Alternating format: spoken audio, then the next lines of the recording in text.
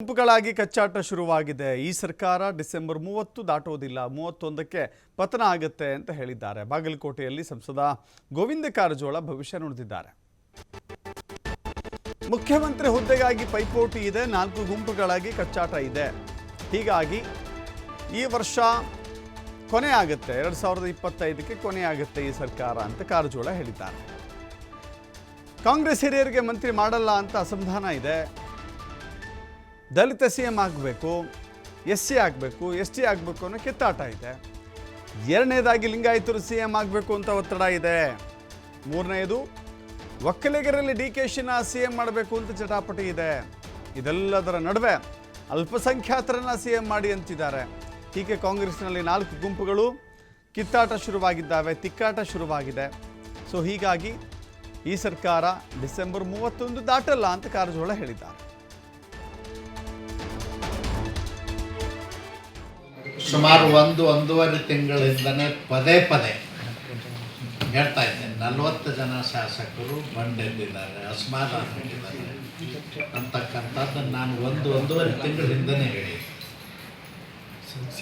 ಬರೀ 42 ಜನ ಇಲ್ಲ, ಸುಮಾರು ಇವತ್ತಿಗೆ 70-80 ಜನ ಇವತ್ತು ಅಸಮಾಧಾನ ಆಗಿದೆ.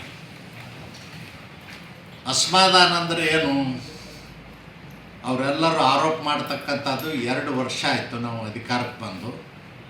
ಒಂದೇ ₹1 ಕೆಲಸ ಯಾವುದೇ ಗ್ರಾಮದಲ್ಲಿ ನಮ್ಗೆ ಮಾಡಲಿಕ್ಕಾಗಿಲ್ಲ. ಹಳ್ಳಿಗಳಿಗೆ ಮುಖ ತೋರಿಸುವಂಥ ಪರಿಸ್ಥಿತಿ ನಮ್ಮದಿಲ್ಲ. ಜನ ನಮಗೆ ಚೀಮಾರಿ ಹಾಕ್ತಾ ಇದ್ದಾರೆ ಅಂತಕ್ಕಂಥದ್ದನ್ನು ಹೈಕಮಾಂಡ್ಗೆ ಈಗಾಗಲೇ 70-80 ಜನ ಹೋಗಿ ದೂರನ್ನು ಸಲ್ಲಿಸಿದ್ದಾರೆ. ಖರ್ಗೆ ಅವ್ರ ಮುಂದೆ, ಮಲ್ಲಿಕಾರ್ಜುನ್ ಖರ್ಗೆ ಅವ್ರ ಮುಂದಾಗಿರ್ಬೋದು, ರಾಹುಲ್ ಗಾಂಧಿ ಅವ್ರ ಮುಂದಾಗಿರ್ಬೋದು, ತಮ್ಮ ಅಳಲನ್ನು ತೋಡ್ಕೊಂಡಿದ್ದಾರೆ. ಕೆಲವರು ಬಹಿರಂಗವಾಗಿಯೇ ಈಗ 42 ಜನ ಲೆಟ್ರೇ ಕೊಟ್ಟಿದ್ದಾರೆ. ಕೊಟ್ಟು ಇವತ್ತು ರಾಜ್ಯದಲ್ಲಿ ಪರಿಸ್ಥಿತಿ ಸರಿ ಇಲ್ಲ, ಮಂತ್ರಿಗಳೆಲ್ಲರೂ ಭ್ರಷ್ಟರಾಗಿದ್ದಾರೆ,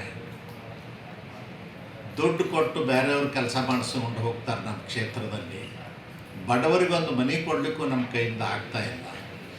ಬಡವರಿಗೆ ಮನೆ ಕೊಡ್ಬೇಕಂದ್ರೂ 25,000 ಕೊಡಬೇಕು, 20,000 ಕೊಡ್ಬಾರ್ದು, 15,000 ಕೊಡಬೇಕು ಅಂತಕ್ಕಂಥ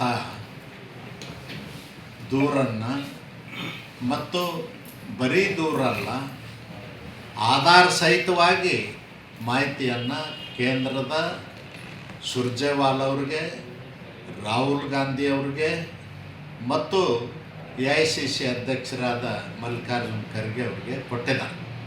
ಅದಕ್ಕಾಗಿಯೇ ಕೈ ಮೀರಬಾರ್ದು ಅಂಥೇಳಿ ಸುರ್ಜೇವಾಲಾ ಅವರು ಇಲ್ಲಿ ಬಂದು ಕೂತ್ಕೊಂಡು ಎಲ್ಲ ಶಾಸಕರಿಗೆ ಮನಸ್ಸು ತಿಳಿ ಮಾಡ್ತಕ್ಕಂಥದ್ದು, ಅವ್ರಿಗೆ ತಿಳುವಳಿಕೆ ಹೇಳ್ತಕ್ಕಂಥ ಪ್ರಯತ್ನವನ್ನು ಮಾಡ್ತಾ ಇದ್ದಾರೆ. ಟ್ಯಾಪಿ ಹಚ್ಚು ಕೆಲಸತ್ತೇವರು ಉತ್ತರ ಕರ್ನಾಟಕ ನಮ್ಮ ಭಾಷೆಯಲ್ಲಿ. ನಾನು ಸುಮಾರು 1-1.5 ತಿಂಗಳಿಂದನೇ ಪದೇ ಹೇಳ್ತಾ ಇದ್ದೇನೆ, 40 ಜನ ಶಾಸಕರು ಬಂಡೆದ್ದಿದ್ದಾರೆ.